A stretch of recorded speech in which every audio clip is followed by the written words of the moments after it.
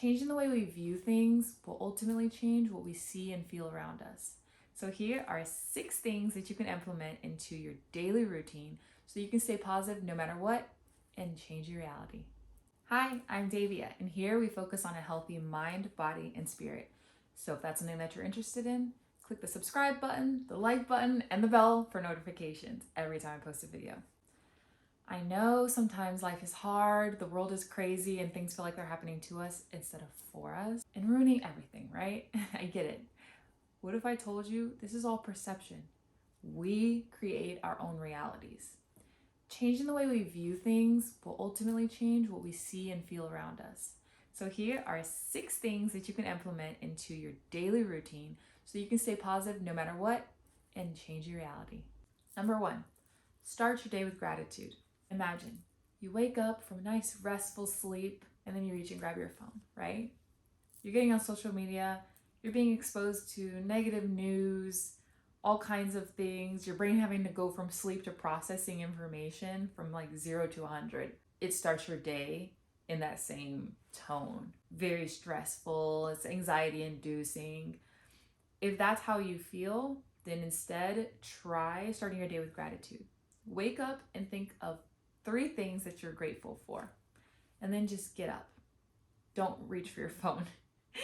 I personally do my morning routine after I think about things I'm grateful for. I do my morning routine and then I grab my phone and do whatever I need to do. But at least try to start your day thinking about 3 things that you're grateful for and go from there. Number 2, be present. Live in the now, not the past, not the future. If you live in the past, it can cause depression. You're thinking about things that you could have done differently or things that were better back then that aren't great now. If you're living in the future, it can cause anxiety. How do I get this life that I want? Why don't I have it? This is where I have to be. This kind of thinking will cause your mind to be all over the place. Just live in the present right now. Right now, in this very moment, I'm alive. It's a beautiful sunny day outside here in California. If I'm walking my dog, I'm enjoying the scenery, enjoying the time spent with him. I'm just living in the moment instead of letting my brain wander in either the future or the past. So being present will really open your eyes up to what you have right now, not what you used to have or what you could have in the future.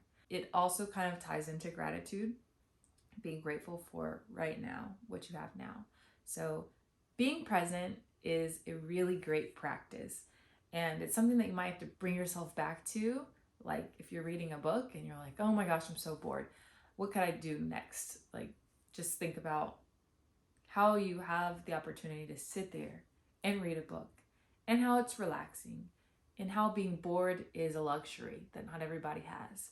So that is how you be present. Number 3, find beauty in the little things. This is a fun challenge.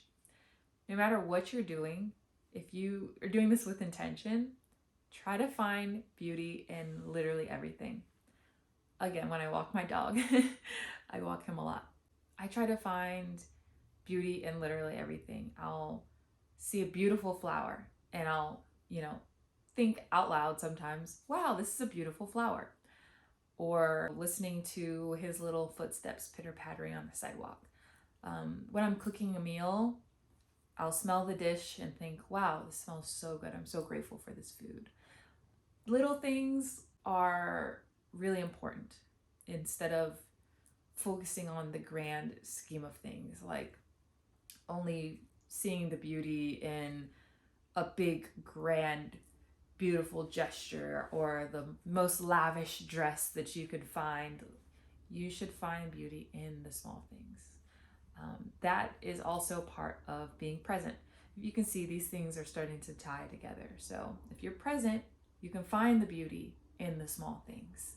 Number 4, view challenges as an opportunity for growth and learning.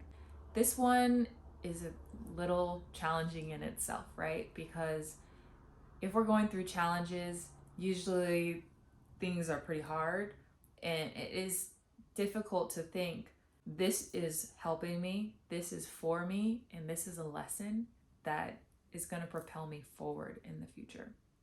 So make it a practice. If something happens that you're not happy about, like your boyfriend breaks up with you, or your goldfish died, or whatever it is, I know there are more extreme versions. This does still work.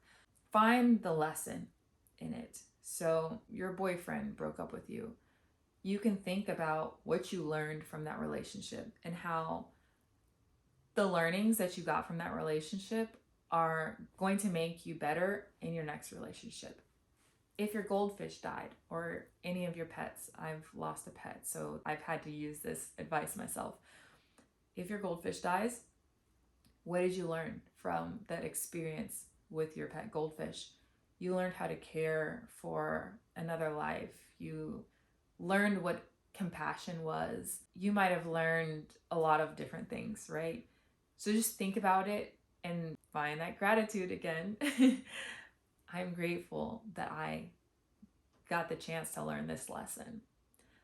And then use that information going forward.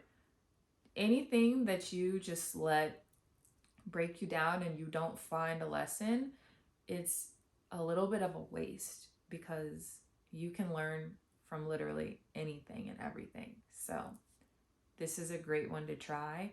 And I understand it's tricky when it's a more challenging situation rather than your goldfish dying. But like I said, it still works, and it will change the way you view things big time. Number 5, breathe and smile. I understand this one seems really simple, but most people don't know how to do these things with intention.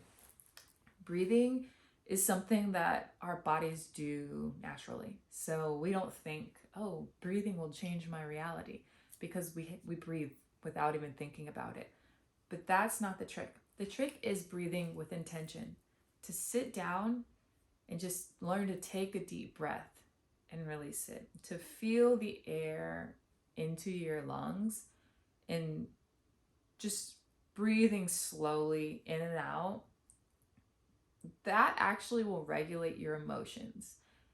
I'm sure you've seen where when people are angry and they have to take deep breaths, deep breath in and out. It's supposed to help calm your anger. It actually does. It gets you out of fight or flight or freeze mode, because your body starts to tense up when you're feeling negative emotions. It'll tense up and it goes into fight or flight or freeze. And by breathing, you're slowing down your heart rate with intention. And slowing your heart rate down back to a normal level is going to regulate your emotions. It's going to bring you out of fight or flight mode. So breathing is really important. Learning how to breathe, even if it's just sitting there and counting to starting with 3 seconds in, 3 seconds out, and then bumping that up. There are a lot of different breathing practices we'll learn about on this channel eventually. So stick around for that. And smiling. Smiling is a big one. Even if you're faking a smile. So if I literally just fake smile, one, it usually causes you to real smile, because you're like, why am I fake smiling? This is weird. But it doesn't matter. Your brain will do the same thing. Real smile or fake smile, your brain will release all of the feel-good chemicals, endorphins, dopamine, serotonin. If you don't know, these chemicals that your brain releases when you smile are linked to mood boosting, happiness, heart rate regulating, antidepressant, and stress relief. So these chemicals are really, really good for you, and smiling will naturally induce this. So smile with intention. Smile more. Smile all the time. I literally smile at myself every time I look in a mirror, which might sound vain, but I don't care. I'm releasing happy chemicals, and it has nothing to do with anybody else but me. So if I want to smile at myself, then that's what I'm gonna do. Get get my fix of dopamine and serotonin. So yeah. Number 6, be kind and generous. This one was inspired by this gift that I received, this beautiful necklace that you see me wearing. I was actually working an event and somebody had this necklace on, and I was commenting them like, wow, I love your necklace, it's so beautiful. She later came back and told me to hold my hand out, and she put the necklace in my hand, and I was like, what are you doing? And she said, please take it, I want you to have it.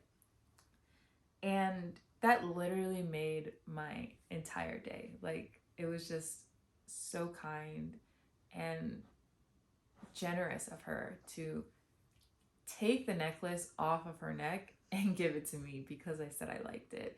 So I'm not saying to rip your clothes off if somebody says that they like your shirt and give it to them, but generosity and kindness go a long way.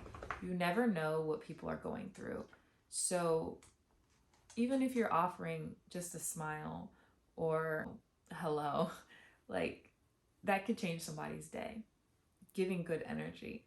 Giving gifts is some people's love language. So giving gifts can also be a really great form of being generous, even if, it's giving the homeless person on the street just $1 and you feel like that might not be enough.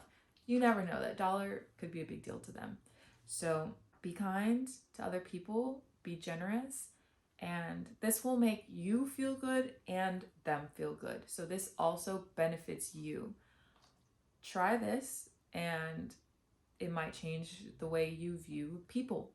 Instead of viewing people as being X, Y, and Z, sometimes we get into a mindset where we feel like everyone's against us and everyone's negative, but it starts with you. If you're positive, you're kind, you're generous, usually you attract those kind of people to you as well. So yeah, that's number 6. So that's all I got for you today. Those are 6 things that you can implement into your daily routine. Try these things every day. It's going to take consistency and practice. You can't just choose the things that you're grateful for one time and, hope that you have an amazing rest of your life. It's going to take some time to make it a habit. It's something, like I said, that I do every morning. And if you want to start with tools like journaling to help you with these things, it might help get you into the flow of things and keep you accountable yourself. So yeah, take the time to make it a daily practice, and hopefully these things work for you. If you have any other suggestions for more ways that you can stay positive and change your reality, please comment them below. I would love to hear what you have to say, and maybe I'll share it in the next video. So thank you. See you next time.